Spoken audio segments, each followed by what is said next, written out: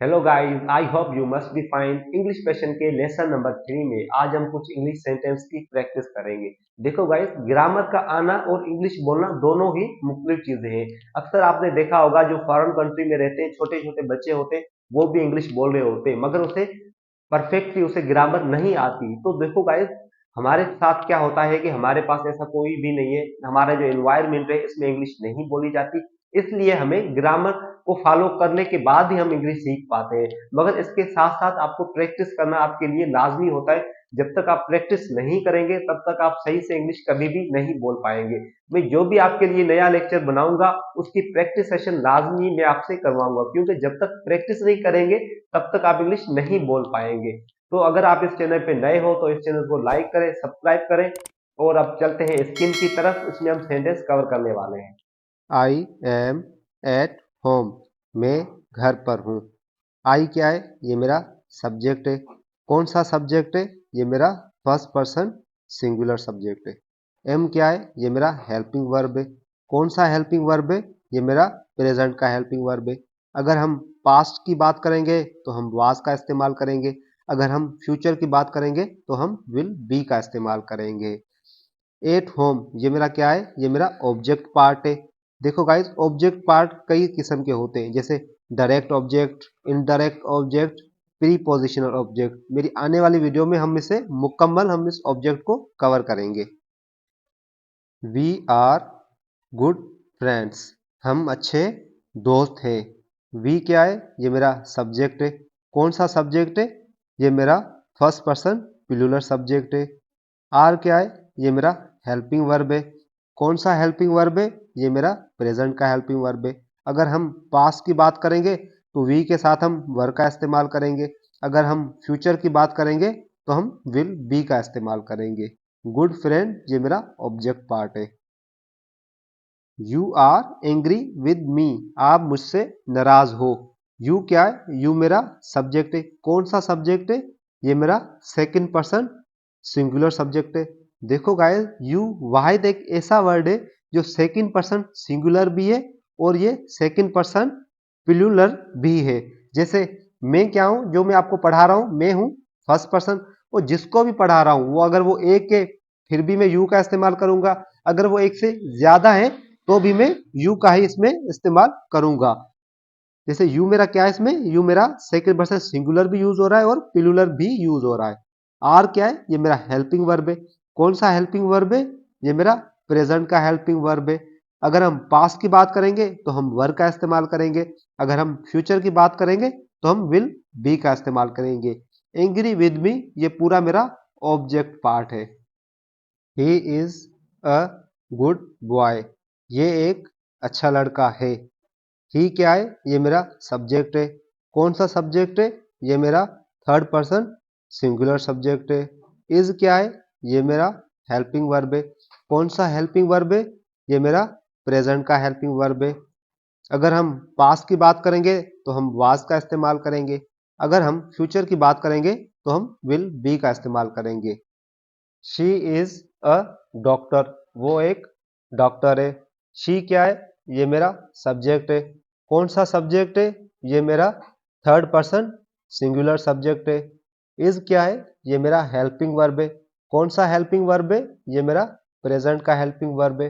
अगर हम पास्ट की बात करेंगे तो हम वाज का इस्तेमाल करेंगे। अगर हम फ्यूचर की बात करेंगे तो हम विल बी का इस्तेमाल करेंगे। देखो गाइस, हेल्पिंग वर्ब के बाद जो भी वर्ड आता है जैसे अ डॉक्टर या ऐसा कुछ भी आता है तो वो मेरा ऑब्जेक्ट पार्ट ही कहलाता है।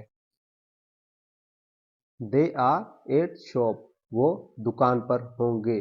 दे क्या है? ये मेरा सब्जेक्ट है। कौन सा सब्जेक्ट है?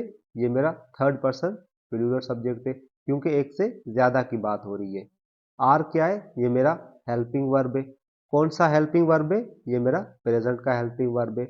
अगर हम पास्ट की बात करेंगे तो हम वर का इस्तेमाल करेंगे। अगर हम फ्यूचर की बात करेंगे तो हम विल बी का इस्तेमाल करेंगे। एट शॉप ये मेरा क्या है? ये मेरा ऑब्जेक्ट पार्ट है। Ahmad will be there. Ahmad वहां पर होगा। अहमद क्या है? ये मेरा सब्जेक्ट है। कौन सा सब्जेक्ट है? ये मेरा थर्ड पर्सन सिंगुलर सब्जेक्ट है। विल बी ये मेरा हेल्पिंग वर्ब है। कौन सा हेल्पिंग वर्ब है? ये मेरा फ्यूचर का हेल्पिंग वर्ब है। अगर हम प्रेजेंट की बात करेंगे तो हम इसका इस्तेमाल करेंगे। अगर हम पास्ट की बात करेंगे तो हम वाज का इस्तेमाल करेंगे। देखो गाइस, कोई भी नाम अगर वो एक नाम है तो वो हमेशा थर्ड पर्सन आपका सिंगुलर होता है। अगर हम एक से जब हम ज्यादा की बात करेंगे तो हम उसमें थर्ड पर्सन वो प्लूरल कहलाएगा।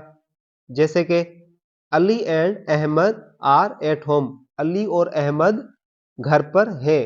तो जब हमने दो नाम मिला के जब हमने बात की तो ये मेरा थर्ड पर्सन प्लूरल सब्जेक्ट हो गया और ये मेरे दोनों ही मेरे सब्जेक्ट है। आर क्या है? ये मेरा हेल्पिंग वर्ब है। कौन सा हेल्पिंग वर्ब है? ये मेरा प्रेजेंट का हेल्पिंग वर्ब है। अगर हम पास्ट की बात करेंगे तो हम वर का इस्तेमाल करेंगे। अगर हम फ्यूचर की बात करेंगे तो हम विल बी का इस्तेमाल करेंगे। Books are on the table, किताबें टेबल पर है। देखो गाइस, यहाँ पे ये एक बुक की बात नहीं हो रही, एक से ज्यादा बुक्स की बात हो रही है। जब हम ज्यादा की बात करेंगे तो वो क्या होगा? हमारा थर्ड पर्सन प्लूरल सब्जेक्ट होगा। बुक ये मेरा क्या है? ये मेरा सब्जेक्ट है। कौन सा सब्जेक्ट है? ये मेरा थर्ड पर्सन प्लूरल सब्जेक्ट है। आर क्या है? ये मेरा हेल्पिंग वर्ब है। कौन सा हेल्पिंग वर्ब है? ये मेरा प्रेजेंट का हेल्पिंग वर्ब है। अगर हम पास्ट की बात करेंगे तो हम वर का इस्तेमाल करेंगे। अगर हम फ्यूचर की बात करेंगे तो हम विल बी का इस्तेमाल करेंगे। ऑन द टेबल ये मेरा पूरा मेरा एक ऑब्जेक्ट पार्ट है। दिस, दैट, दीज और दोस की, दिस और दैट ये दोनों ही थर्ड पर्सन सिंगुलर है। दीज और दोस ये दोनों ही थर्ड पर्सन प्लूरल है। अगर कोई चीज एक है और पास है तो हम दिस का इस्तेमाल करेंगे। अगर कोई चीज एक है मगर वो दूर है तो हम दैट का इस्तेमाल करते हैं। अगर कोई चीज एक से ज्यादा है और वो पास है तो हम दीज का इस्तेमाल करते हैं। अगर कोई चीज एक से ज्यादा हो और वो दूर हो तो हम दोस का इस्तेमाल करते हैं। देखो गाइस, ये कुछ सेंटेंस आपके सामने हैं। हो सकता है आप इनके बारे में पहले भी जानते हो, ये हो सकता है आप बोर भी हो रहे हो, मगर जितना हम इसकी ज्यादा प्रैक्टिस करेंगे उतना ही हमें ज्यादा समझ आएगा। दिस और दैट ये दोनों ही मेरे थर्ड पर्सन सिंगुलर है। दीज और दोज ये दोनों ही मेरे थर्ड पर्सन प्लूरल है। अगर कोई चीज एक है और आपके नजदीक है, जैसे किताब आपके नजदीक है तो आप कहते हैं दिस इज माई बुक। अगर वही किताब दूर है तो आप कहते हैं दैट इज माई बुक। इसकी जगह पर हम पास के लिए हम वाज का इस्तेमाल करेंगे। अगर हम फ्यूचर की बात करेंगे तो हम विल बी का इस्तेमाल करेंगे।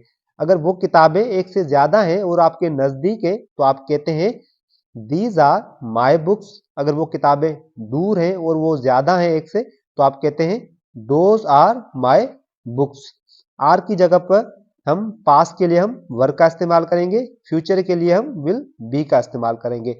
और इसी सेंटेंस को एक दूसरे तरीके से भी बनाया जा सकता है। हम बुक को हम दिस, दैट, दिस, दोज के साथ मिलाकर भी हम बना सकते हैं।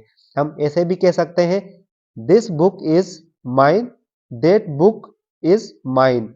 और इसकी जगह पे हम वाज का इस्तेमाल कर सकते हैं और फ्यूचर के लिए हम विल बी का इस्तेमाल कर सकते हैं। दीज बुक्स आर माइन या दोज बुक्स आर माइन, इसमें सेंटेंस में सेंस कोई भी तब्दील नहीं होगा, सेंस इसका बिल्कुल सेम ही रहेगा। हम दोनों तरीके से हम इसको बना सकेंगे।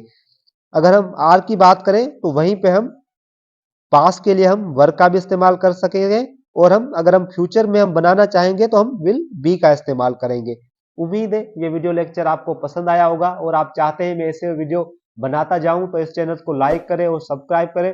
अगर आपको कोई भी कंफ्यूजन है, कुछ भी समझ अगर आपको नहीं आता है तो आप मुझसे कमेंट में पूछ सकते हैं, मैं जरूर आपके सवालों का जवाब दूंगा। उम्मीद करता हूं ये वीडियो लेक्चर आपको पसंद आया होगा। तो मिलते हैं नेक्स्ट वीडियो में, तब तक के लिए दिए इजाजत। अल्लाह हाफिज।